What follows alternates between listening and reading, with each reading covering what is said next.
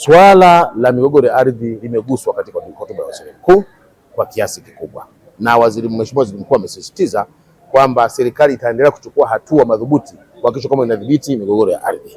Kama nilivyosema, ndugu mtangazaji, kupima jiji la Dodoma katika maeneo yake yote ni moja ya ufumbuzi wa migogoro ya ardhi katika siku zinazokuja.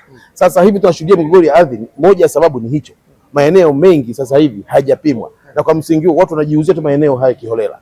Na hili eneo nilokutajia la ukubwa huu wa jiji la Dodoma ndio hasa kiini cha migogoro inayokuja huko mbele, kwa sababu kuna watu sasa hivi kutoka maeneo mbalimbali ya nchi wanakuja, wanataka kukaa hapa Dodoma. Matokeo yake, kwa sababu wanakuta maeneo hajapimwa, wanaingia katika kata za pembezoni ambazo hazijapimwa, wananunua maeneo na wakadingua nunua maeneo makubwa na kujimilikisha.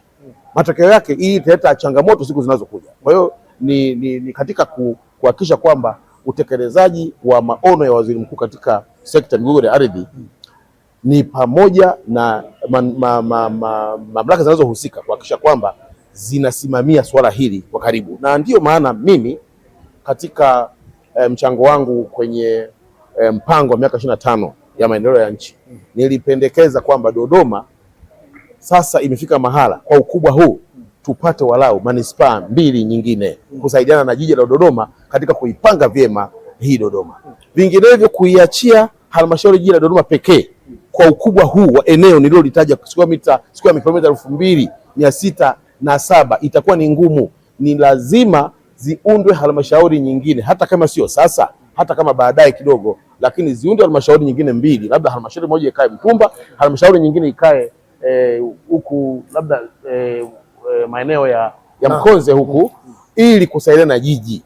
Kama unavyoona Dar es Salaam pamoja na eneo lake dogo ikina manispaa 5, lakini hizo manispaa zimepatikana miaka 2000 wakiwa tayari wameshachelewa. Dar es Salaam imeshajengwa hovyo, na Dodoma sasa tuchukue kama funzo, tutengeneze manispaa 2 haraka zisaidiane na jiji la Dodoma ili kutoa huduma zilizo bora kwa wananchi, ikiwa ni pamoja na kupima maeneo na hivyo kupunguza migogoro ya ardhi katika siku zinazokuja.